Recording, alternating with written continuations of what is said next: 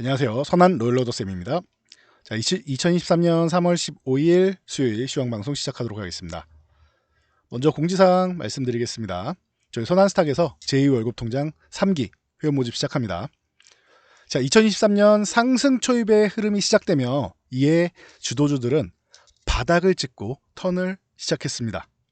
자, SVB 사태는 단기적인 이슈로 마무리되는 분위기로 최종금리 목표치가 또 추가로 상향하기 어려운 조건을 만들고 있습니다. 어떻게 보면은 중장기적으로는 또 긍정적인 효소가 될 수도 있다라는 것 확인하시고요.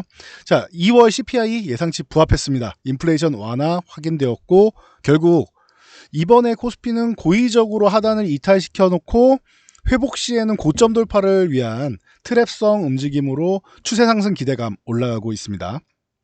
지금 만약 두려움을 버리고 하반기까지 바라본다라고 하면은 적극적으로 내가 보유한 포트폴리오를 교체해야 되는 타이밍입니다. 자, 이번 3기 모집 기다려주신 분들께 감사드리며, 자, 1차 목표 100% 수익률을 달성하는 이 원금 회복 프로젝트 관심 있으시면 하단에 링크 클릭해서 상담 신청하시면 됩니다. 자, 본론으로 들어가서 자, 다우지수 먼저 확인하도록 하겠습니다. 다우지수는 그동안 32,800포인트에서 34,400포인트까지 박스권이다 말씀드렸죠. 요 핑크색 선 안에서 움직이고 있었는데 최근에 하단을 이탈했습니다. 지난주에 먼저 이탈을 하고 이번 주는 오히려 반등을 모색해야 되는 그런 구간인데요. 자, 이 구간에서 너무 큰 리스크를 만들지 않고 하락을 이제 제한하는 움직임이 나오고 있다. 그리고 아직까지 31,000포인트까지는 아직은 조금은 여유가 있으니까 여러분들이 너무 큰 우려감보다는 앞으로 우리나라가 2,400 회복되는 것처럼 다우지수가 32,800을 다시 한번 회복한다라고 하면 지금 이 긴 박스권 있죠. 11월부터 해서 이어져 온 이 박스권을 돌파할 가능성이 생긴다라고 보시면 될 것 같습니다. 자, 나스닥 또한 마찬가지입니다. 최근에 반등이 나온 후에 이제 11,400에서 11,600 사이 이 구간을 돌파 시도했지만 최근에는 좀 쉬어가는 흐름이었죠. 그리고 나서 다시 한번 반등을 만들고 있는데 이 또한 마찬가지다. 11,400 회복 시도하고 있고 11,600까지 제압을 해준다라고 하면은 다시금 정고점 부근 노릴 수 있는, 그리고 12,000포인트를 회복을 노릴 수 있는 이런 강세 가능성 충분하다라는 거 참고하시고요. 우리는 한국 증시가 가장 중요하겠죠. 자, 코스피 2,400 이탈했는데 이탈한 지 하루 만에 강력한 반등, 절반을 되돌렸습니다. 그렇다면 나쁘지 않아요. 물론 완벽하게 이렇게 회복되기까지는, 그때까지는 아직까지는 우려감이 남아는 있는 겁니다. 그러니까 오늘 밀린 부분에 대해서 일부 반등이 나왔고 후폭성 움직임으로 이런 모양 정도는 만들 수 있겠죠. 이런 식으로는 만들 수 있겠죠. 이 정도까지는 생각을 하시고요. 중요한 건 수급이다. 그래서 어제 수급 자체가 선물을 18,000계약 정도 매도를 했는데 오늘 7,000계약 정도는 환매를 했습니다. 그러면은 11,000계약 정도 남은 거죠. 대충 10,000계약 정도 남았다고 치고, 콜옵션도 어제 매도한 부분의 3분의 1 정도는 다시 환매수를 했습니다. 그리고 풋옵션 같은 경우는 이제 어제 그 매수한 부분은 일부분 또 회수를 했고, 그래서 전체적으로 어제 늘렸던 하락 포지션을 좀 크게 완화시키는, 한 3분의 1에서 절반 정도를 이제 완화시키는 이런 흐름이 나오고 있다. 그리고 코스닥은 좀 특이합니다. 코스닥은 어제 얼마 매도했죠? 2,100억을 매도했습니다. 어제 장마감까지 해가지고 외국인들이 1,500억 정도를 이제 다시 한번 3,600억, 3,400억 정도였죠. 3,400억 정도 매도했다가 한 1,300억 정도는 다시 한번 매수를 했다라고 말씀드렸는데, 오늘은 2,100억 어제 매도를 했고 오늘은 3,600억 매수를 했죠. 그러면은 어제의 우려감 오히려 그 이상 1,500억 정도를 추가적으로 매수를 한 겁니다. 어제 매도한 거예요. 다 다시 사고 1,500억을 더 샀다는 말이에요. 그러면은 역시나 지금 코스피보다는, 코스피도 나쁘진 않습니다. 그런데 코스닥 같은 경우가 조금 더 유리하지 않느냐라고 여러분들도 보실 수 있지 않을까 싶습니다. 그래서 코스닥 같은 경우는 어제 밀어내리고 오늘 3%나 올랐죠. 3% 상승 보이면서 기존에 요 지지력 테스트 봤던 이 구간, 770포인트 정도 되는 구간, 이 구간 쪽을 다시 한번 회복해주는 모습 양호합니다. 그러면은 코스닥 나쁘지 않다 정도로 여러분들이 체크를 하시면 될 것 같아요. 그래서 지수 쪽은 생각보다 지금 양호한 흐름이고, SVB가 이렇게 만약에 정말로 단기적인 흐름으로 시중은행 중에서 뭐 예를 들면은 우리나라의 KB금융이나 이제 신한지주, 뭐 하나금융처럼 이런 메이저급 시중은행이 아니고, 그러니까 예를 들면 미국으로 치면 뭐 뱅크 오브 아메리카나 JP모건 같은 경우가 있겠죠. 예. 이런 곳들에 타격을 입는 게 아니라 저 어떻게 보면 창투상화 개념에 가깝다고 말씀드렸어요. 실리콘밸리 기업들, 예, 창업을 요하는 그런 IT 기업들 쪽에 적극적으로 투자하던, 이름만 봐도 실리콘밸리 뱅크 아닙니까? 그 기업이 금리의 가파른 인상에 의해서 부작용으로 이제 파산 신청이 나온 거고 파산이 된 거고, 나머지 기업들, 나머지 은행들 같은 경우에는 오히려 안도감을 느끼면서 급락 나왔다가 오늘 우리나라 지수처럼 반등이 좀 나오는 모습이었습니다. 그렇다라고 하면 좀 나쁘지 않을 것 같고, 미국 CPI 같은 경우는 이제 6%로 지금 그 예상치를 딱 부합하는 정도예요. 그러면은 여러분 최근에 나왔던 이슈 중에서 일부 소수의 매파적인 의견에 0.5%포인트, 그러니까 50bp 인상하는 부분에 대해서 나왔는데 이거 아니라고 말씀드렸어요. 매파적인 의견이 일부 있는 거다라고 말씀드렸어요. 자, SVB 사태 나온 다음에 뭐라고 나옵니까? 금리 동결 얘기가 나오죠. 이것 또한 소수의 의견이다라고 보시면 돼요. 소수. 이런 의견도 있다라고 전달은 해드리지만, 이런 의견도 있고 이런 의견도 있다 전달해드리지만, 여러분 뉴스가 왜 뉴스예요? 네? 뉴스의 뉴, 새로운 소식이잖아요 이게. 그렇죠? 그러니까 새로운 소식이 이렇게 생각하는 사람도 있다라는 거지, 이게 다수라는 게 아니에요. 그러니까 일희일비하지 마시란 말이에요. 0.5bp, 0.5%포인트 50bp 인상하나? 동결하나? 이러지 마시고요.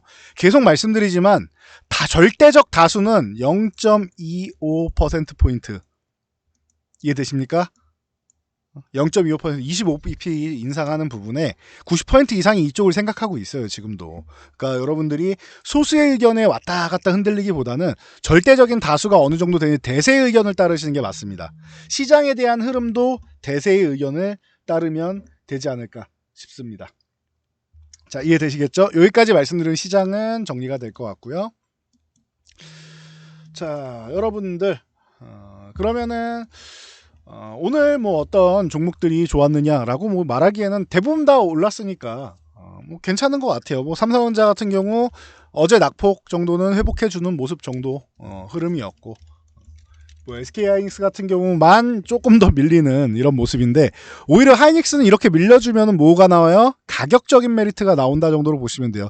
이게 적자 규모가 확대되면서 이제 실적이 좀 문제가 돼서 그런 건데, 이것도 핑계예요. 몰랐던 것도 아니고 우리 다 알고 있었죠. 그러면은 하이닉스 잠깐 피하고, 저거는 가격적 메리트 있으니까 2년 투자하실 분들이나 하고 단기적으로는 뭐 하면 돼요? DB하이텍이라던가 이런 종목들 보시면 되잖아요. DB하이텍 어때요 지금? 최근에 기업 팹리스 분할하는 이슈로 올랐다 내렸다 뭐 난리 났죠. 근데 DB하이텍이 파운드리 쪽에서 역량이 있는 기업인 건 맞지 않습니까? 그러면은 이런 부분 과거부터 뭐 호흡은 잘 맞는다라고 말씀드렸죠. DB하이텍 아니면은 이 이슈가 나는 주주분들이 반대하는데 굳이 이걸 고집 부릴 필요가 있냐 싶어서 리스크라고 생각한다라면 DB하이텍보다는, 그러면은 제가 꾸준히 말씀드렸던 거 뭐 있죠? SNS텍이나 이렇게 억울한 종목들, 이 종목이 4만원 아래에 있으면 저는 억울하다고 생각을 하는데, 뭐 시장이 수급이 빠져나간 걸 어떻게 합니까? 인정은 하되 다시 복구가 될 것이다라고 말씀드렸는데 2만원에서 벌써 3만원대까지는 올라왔죠. 그리고 3만원 중반 두들긴 다음에 조정받아서 3만원 구간까지 왔어요. 그러면은 이런 종목을 보신다거나, AD테크놀로지도 이거 27,000원 아래 있을 건 아니라고 저는 보는데, 뭐 내려온 건 인정해야죠. 그래서 12,000원? 그럼 이게 2배도 더 가야 되는데 정말 가겠느냐라고 하셨는데 벌써 2배까지 찍고 단기적으로 쉬는데, 이런 종목들을 보는 것도 방법이 된다라는 거예요, 여러분. 제가 뭐 이 두 종목에 대해서 뭐 엄청난 애착이 있어서가 아니라 현실적으로 말씀드린 거예요. 지금 삼성전자에서 M&A 이슈 이게 가속화가 될 거란 말이에요. 작년에 환율도 안 좋았고, 자, 잘 생각해보세요. 환율이 고공행진을 보이면은 M&A 할 때 가격이 올라간다고 생각하시면 돼요. 이해되시죠? 환율이 1,400원, 뭐 1,300원 중반 이렇게 올라가면은 가격이 그만큼 비싸지는 거잖아요. 1,100원대일 때보다 20% 비싸진 거잖아요. 가격을 살 때 예를 들면은 100조 원이면 살 수 있는 거를 120조 원을 줘야 된단 말이에요. 이해되시죠? 환율 때문에 이렇게 된단 말이에요. 외국인들도 환차익, 환차선 항상 말씀드리듯이 M&A 할 때도 이게 영향이 있어요. 환율이라는 게. 해외 기업을 우리나라 기업 M&A 할 거 아니지 않습니까? 삼성전자가. 그래서 환율 영향이 있는데 1,300원 아래쪽으로 뭐 내려가게 된다라면 이런 부분에 대해서도 가속화를 밟을 수가 있고 그리고 이 칩리스 쪽 디자인하우스 쪽 같은 경우는 앞으로 이제 삼성전자가 파운드리를 키운다라고 하면 그 역량에 의해서 이제 TSMC의 거래처를 갖고 온 거잖아요. 자연스럽게 이 기업이 돋보인다. 그리고 SNS텍 같은 경우는 올해부터 EUV 공정 계속 얘기 나오죠. EUV 공정 쪽으로 갈 때 블랭크 마스크, 포토 마스크의 원재료인 블랭크 마스크, EUV 공정 쪽에서 블랭크 마스크 쪽 들어가고 펠리클까지 뭐 요거 품 테스트 통과되고 하면은 둘 다 양산되기 시작하면은 실적만 보셔도 돼요. 자, SNS텍 같은 경우는 실적이 작년에도 사실 좋았어요. 그런데 내려온 거잖아요. 기존에 뭐 성장성 딛고 올라간 거다라는 핑계로 해서 작년에도 실적이 좋았단 말이에요. 점점 올라가고 있죠. 그런데 올해는 EUV 관련된 펠리클, 블랭크 마스크 첫 해가 될 가능성이 높다 그러면은 올해 플러스 알파 요인이 될 거고 올해부터 성장 시작이에요. 올해가 끝이 아니라 올해는 이제 도입 시기잖아요. 시작이고요.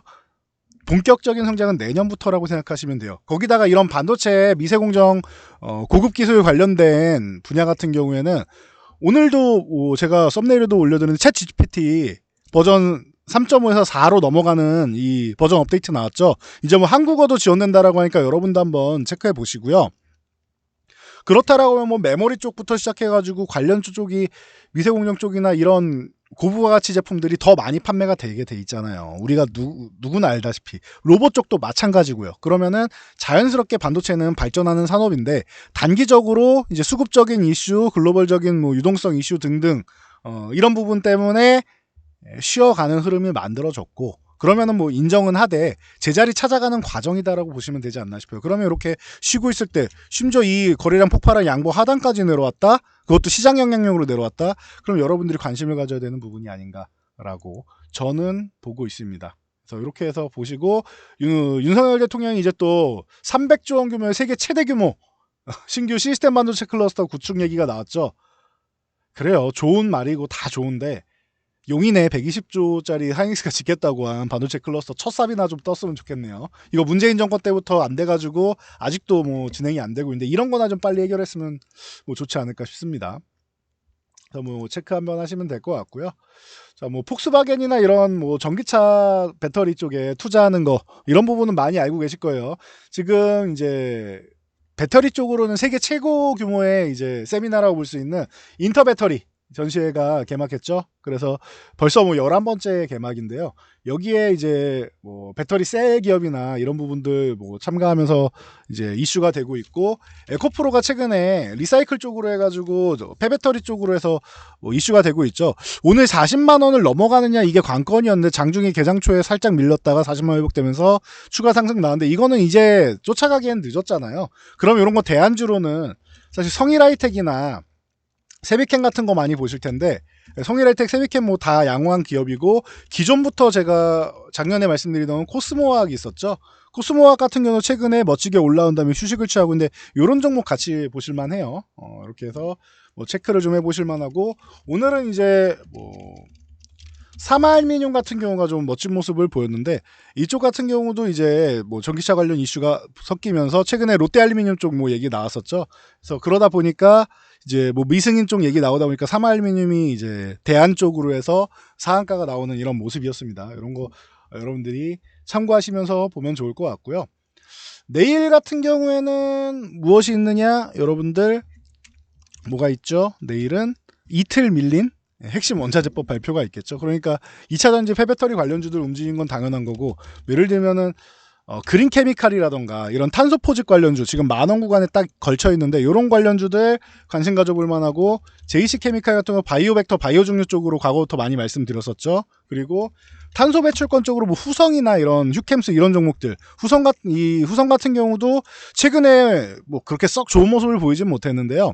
뭐 이 정도 20% 정도 올라오는 거 정도는 여러분들 성에 안 차실 거 아니에요. 물론 바닥권에는 거의 35% 정도 올라오긴 했는데 이 12,000원 구간에서 14,000원 요 정도 박스권만 해도 만족한다 하시는 분은 지금도 이제 이런 종목도 관심 가져 볼만 합니다. 그리고 뭐 베타CC 이슈도 있다 보니까 뭐 CS 베어링이나 CS 윈드 같은 경우 볼 수 있는데, CS 베어링은 여기가 중요한 포인트예요. 내일 11,500원 구간을 훌쩍 넘어서 뭐 갭으로 뛴다거나 하면은 볼 수 있는데, 11,500원 이탈하면은 한번 리스크 관리하시고요. 잘못하면 여기서 다시 한번 이렇게 저항받고 밀릴 수 있어서 그래요. 이 부분까지도 고려하면서 보시면 됩니다. 그래서 이런 풍력 관련주, 그리고 태양광 같은 경우는 현대에너지 솔루션 보시는 게 뭐 제일 나은데, 요즘에 태양광이 좀 맥을 잘 못 추고 있습니다. 잘 못 올라가죠. 그러다 보니까 현대에너지 솔루션 이 55,000원 구간을 회복하는지가 중요할 것 같아요.